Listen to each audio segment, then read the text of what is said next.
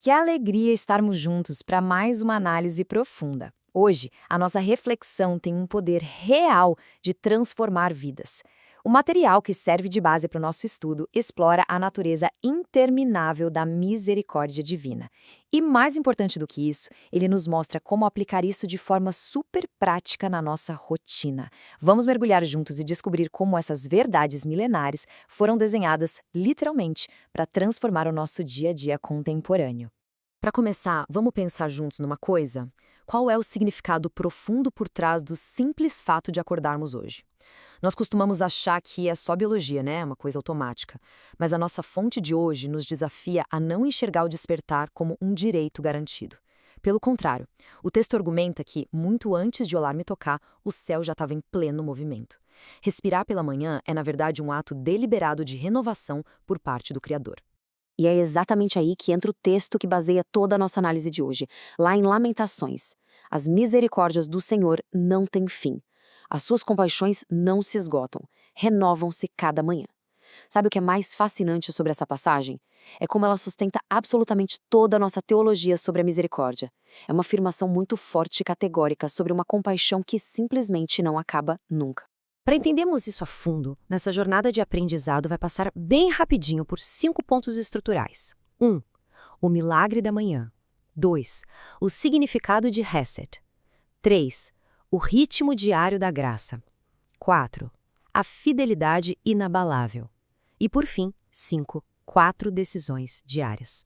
É um caminho super lógico que sai lá da história antiga e aterrissa direto nas nossas rotinas. Vamos direto para o ponto número 1. O milagre da manhã e a chegada de um novo dia. Essa ideia foca no contraste imenso entre a realidade dura do autor e a mensagem dele, que é cheia de esperança. E isso fica muito claro quando olhamos para a história de Jeremias, o autor do texto original. O nosso documento de estudo chama de O Profeta que Chorou. Imagina só a cena. Jeremias estava testemunhando as ruínas de Jerusalém em chamas. Ele tinha perdido absolutamente tudo. E mesmo no meio daquele caos, ele escreveu esse canto de esperança em um dos livros mais sombrios de toda a antiguidade. A grande lição aqui é que se existe um lugar onde a misericórdia é testada ao limite extremo, é no meio de uma crise absoluta. E olha, ela passa no teste com louvor. O que nos leva ao ponto 2, o significado de Hesed, o amor leal de aliança. Vamos fazer um mergulho na linguística antiga para entender o peso real dessa palavra? Essa palavra original em hebraico, Hesed, não significa só sentir uma pena passageira de alguém ou fazer uma bondade superficial. A fonte define isso como um amor leal, um amor de aliança mesmo. Representa um vínculo que não se quebra. O autor até faz uma analogia belíssima. É como aquele pai que fica de pé lá na estrada esperando dia após dia que o filho pródigo volte para casa. O ponto central aqui é diferenciar a mera tolerância do amor de aliança, o chamado Hab Hesed. Pensa comigo, a misericórdia divina não é tipo um saldo de banco limitado que vai diminuindo cada vez que a gente erra até zerar. De jeito nenhum. É o completo oposto.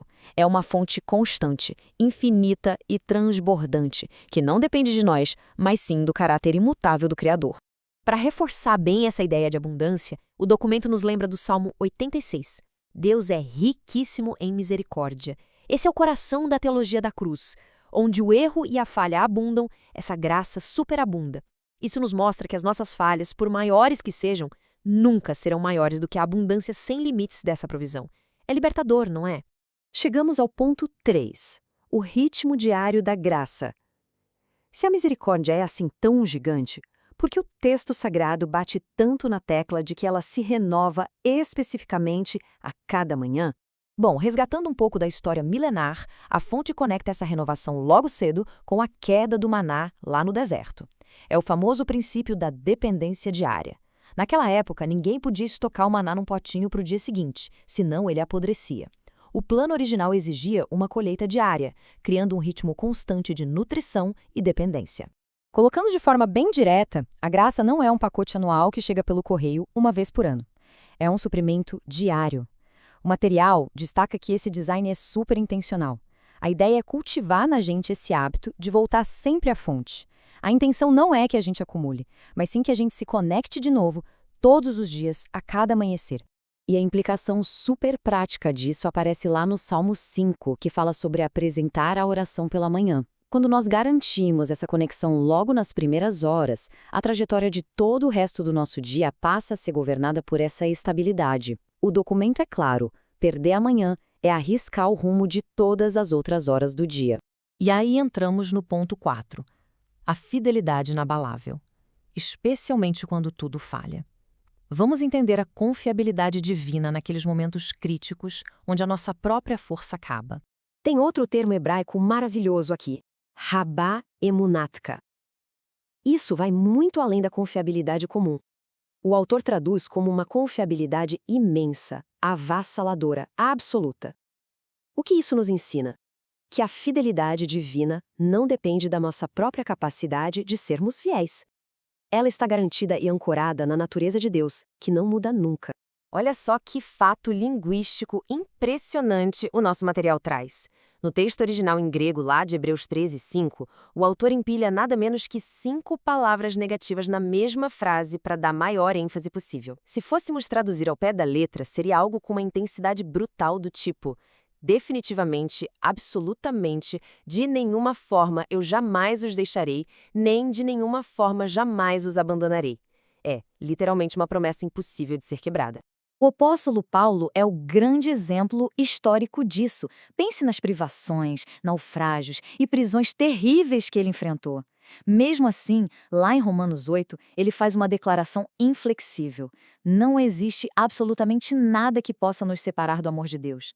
É uma verdadeira âncora, firme o suficiente para suportar qualquer tempestade da nossa vida. Finalmente, o ponto 5. 4 decisões diárias. Agora a nossa análise sai da teoria profunda e vai direto para passos práticos que nós podemos aplicar hoje mesmo. Aqui estão as 4 decisões poderosas que o material propõe para nós. Primeira, acorde antes da notícia.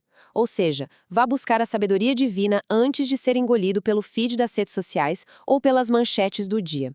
Segunda, confesse antes de carregar. Recuse-se a carregar a culpa e o peso de ontem para o dia de hoje. Terceira, declare antes de sentir. Use palavras de fé como uma ferramenta ativa para mudar o seu ambiente, mesmo sem vontade. E a quarta, confie antes de entender. Escolha confiar na sabedoria de Deus, mesmo quando as coisas ainda não fazem muito sentido. E o grande princípio que amarra tudo isso é muito claro. A Bíblia não é vista aqui como um simples depósito de histórias antigas. Ela é um manual de transformação ativa. O grande propósito de absorvermos esses textos é, de fato, reconstruir a maneira como nós encaramos cada dia das nossas vidas. Caminhando para o fim da nossa análise, essa passagem de 2 Coríntios resume o coração de tudo que vimos. A misericórdia não serve só para mudar os problemas do lado de fora. A função principal dela é reconstruir a gente do lado de dentro. Ela nos faz novas criaturas todos os dias, decretando que o nosso passado não tem mais jurisdição nenhuma sobre o nosso futuro. O que nos traz a essa reflexão final, belíssima, do documento. O texto nos convida a virar a chave da nossa mentalidade, parar de achar que acordar de manhã é um direito nosso e começar a ver isso como um presente. Nós acordamos puramente pela graça e não porque merecemos. E a pergunta que fica para todos nós encerrarmos hoje, depois de tudo isso, é a seguinte: sabendo que essa misericórdia gigantesca inaugura um novo amanhã, como é que essa perspectiva vai reconstruir a sua rotina amanhã cedo? Fica aqui esse convite, esse desafio para nós. Vamos aplicar na prática esse ritmo inabalável de graça assim que o sol nascer outra vez. Que essa mensagem encha nossos corações de esperança. Muito obrigada por nos acompanhar em mais essa análise. Um grande abraço e até a próxima.